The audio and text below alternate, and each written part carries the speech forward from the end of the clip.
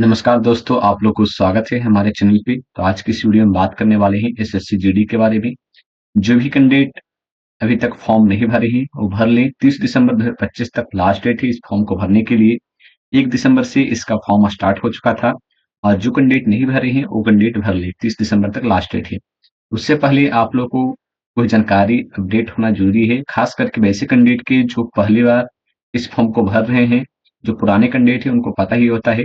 इस वीडियो में मेनली हम बात करने वाले हैं कि आप लोगों का इसका एग्जामिनेशन पैटर्न क्या है, इसका सिलेबस क्या है, इसके बारे में बात करने वाले हैं, इस नोटिफिकेशन के बारे में बात करने वाले हैं, पूरे डिटेल देने वाले हैं जो आप लोगों को जाननी जरूरी है अगर आप लोग पहला बार एग्जामिनेशन दे रहे हैं तो चलिए इसके बारे में बात करते हैं। सबसे पहले तो आप लोग ये जान लीजिए कि इसका जो लास्ट डेट है आप लोगों का एप्लीकेशन फॉर्म फिलअप करने का 31 दिसंबर 2025 तक।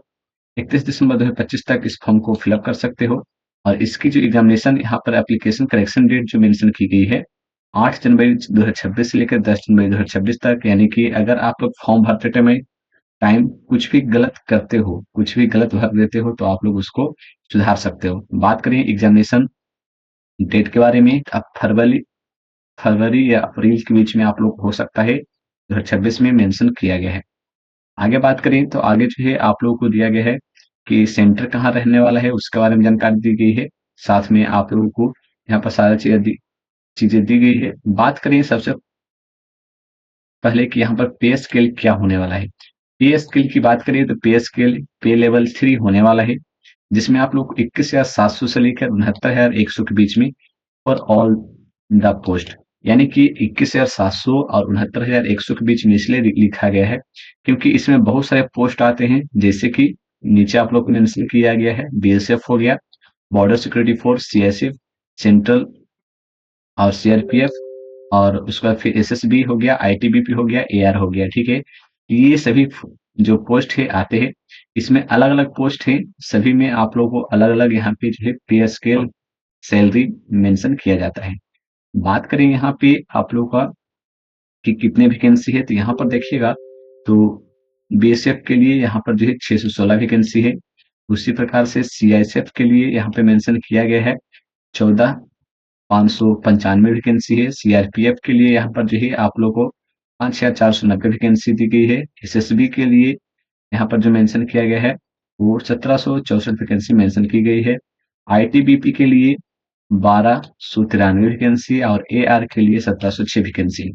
जब आप लोग फॉर्म भरिएगा तो एक और बात को ध्यान में रखिएगा कि यहाँ पर जो है ये हमने फीमेल को बताया और इधर आप लोग को मेल का मेंशन किया गया है। जैसा कि हम देख सकते हैं मेल कैंडिडेट का इधर मेंशन किया गया है, फीमेल कैंडिडेट का इधर मेंशन किया गया है। ठीक है, उसी प्रकार से नीचे आप लोग को एसएसएफ के बारे में दिया गया है, जिसमें आप लोग को टोटल हम बात करें तो टोटल मेल के लिए 23,467 पोस्ट है।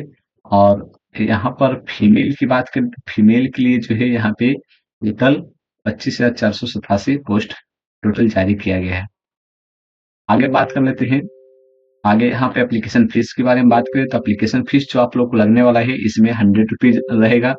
100 रुपीज आप लोग को फीस लगने वाला है इस फॉर्म को फिलअप करने के लिए। नेशनलिटी आप लोग को इंडियन होना चाहिए इस फॉर्म को भरने के लिए।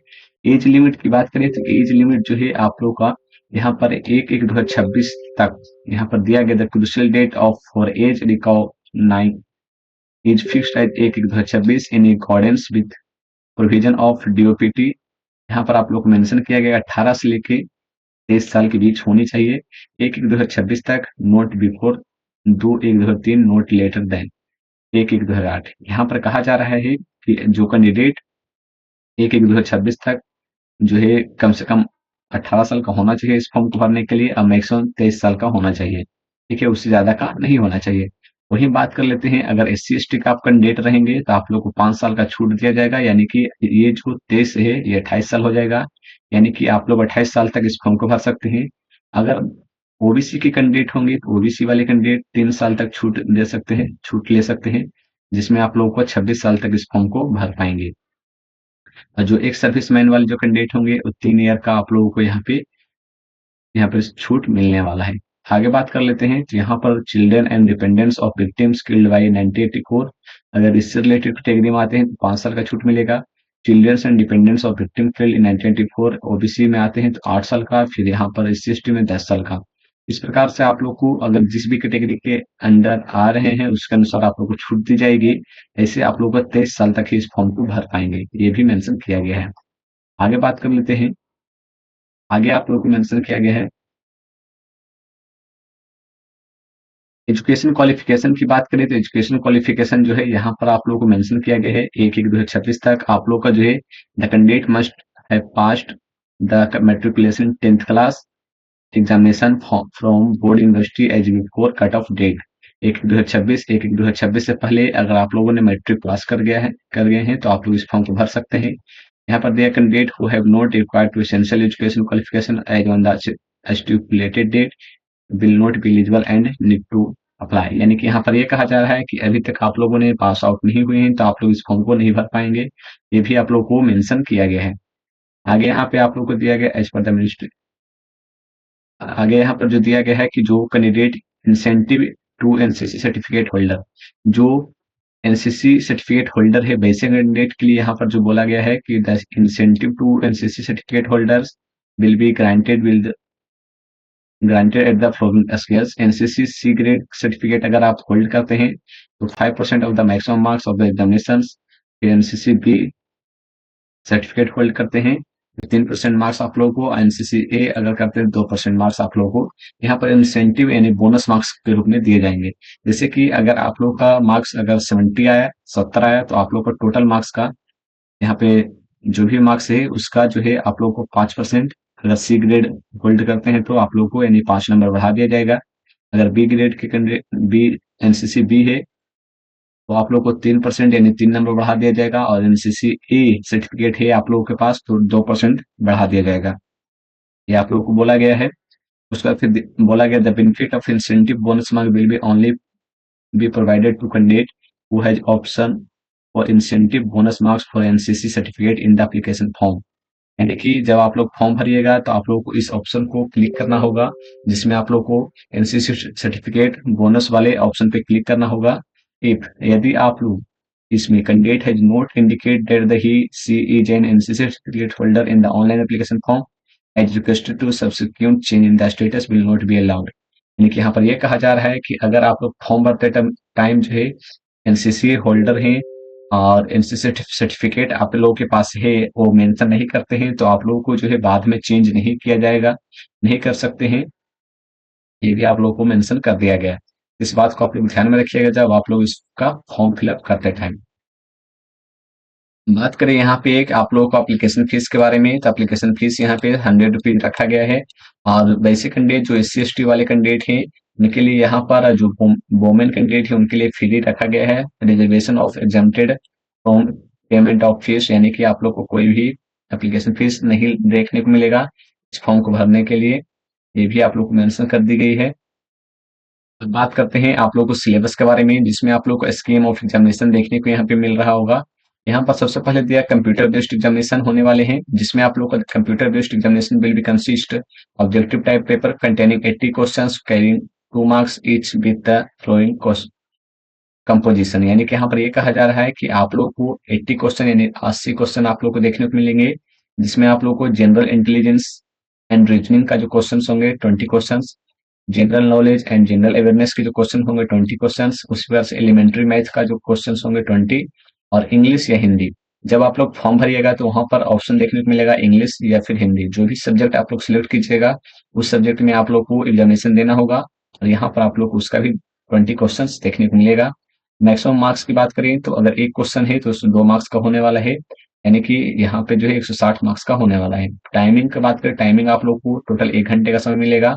ये 1 घंटे का समय यानी 60 मिनट मिलेगा। ये आप लोग को 80 क्वेश्चन में 60 मिनट का समय मिलने वाला है टोटल।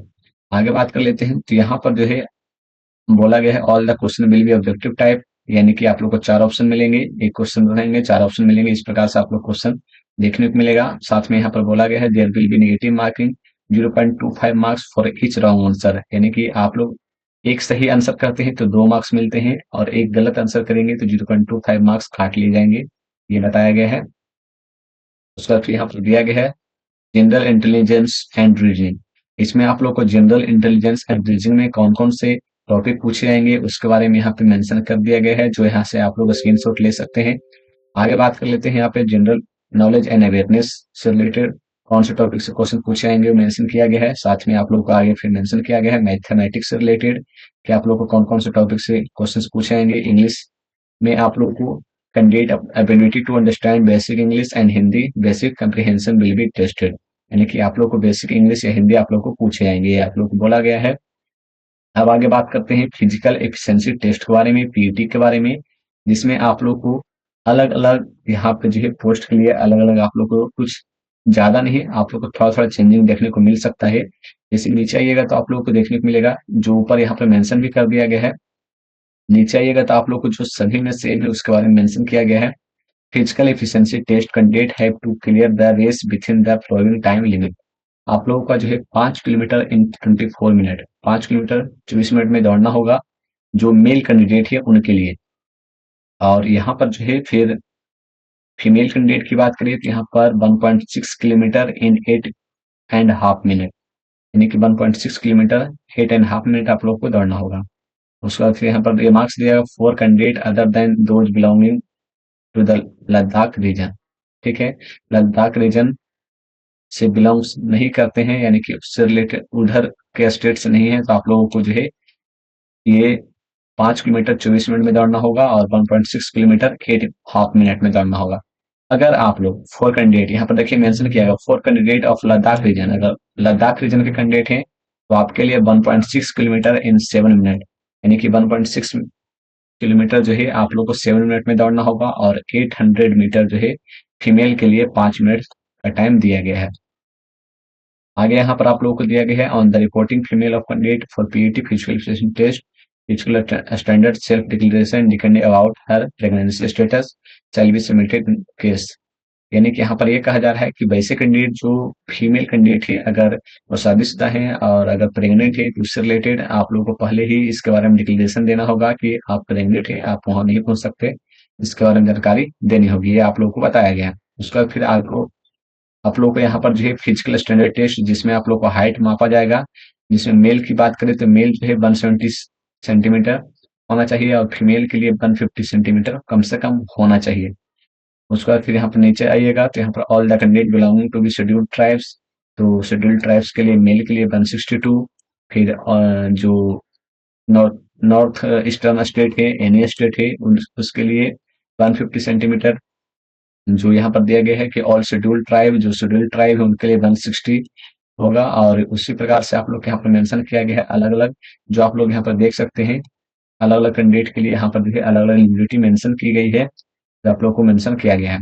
आगे बात कर लेते हैं यहाँ पर चेस्ट के बारे में, तो chest male candidate should have the following standard of chest measurement unexpanded 80 centimetre, आप लोग को बिना फुलाए 80 सेंटीमीटर होना चाहिए और फुलाने के बाद यानी कि कम से कम 5 सेंटीमीटर फूलना चाहिए और फुलाने के बाद 85 होना चाहिए, नहीं तो फिर रिजेक्ट कर दिए जाओगे। वही बात कर लेते हैं रिलैक्सेशन के बारे में, तो रिलैक्सेशन देखिएगा तो यहाँ पर all candidate belonging to scheduled tribe ST candidate हैं तो 76 रहेगा। उसी प्रकार से आप लोग यहाँ पर आप लोग को स्टेट मेंशन किया गया है किस स्टेट से हैं और उसमें क्या आते हैं, उसके अनुसार आप लोग को तो यहाँ पे छूट दी जाएगी इस प्रकार से। वही बात कर लेते हैं जो फीमेल कैंडिडेट होंगे उनके लिए चेस्ट नहीं वेट के अनुसार यहाँ पे जो है फिजिकल लिया जाएगा, जैसे कि proportionate to height age age पर मेडिकल स्टैंडर्ड, वेट आप लोगों को मापा जाएगा जो फीमेल कैंडिडेट है उनके लिए। तो इस फॉर्म से रिलेटेड जितने भी डिटेल हो सकते थे जो नए कैंडिडेट है उनके लिए हमने सारी चीजें बता दिया है। साथ में इससे रिलेटेड कोई और प्रॉब्लम है तो आप लोग कमेंट बॉक्स में कमेंट कर सकते हो। जय हिंद, जय भारत।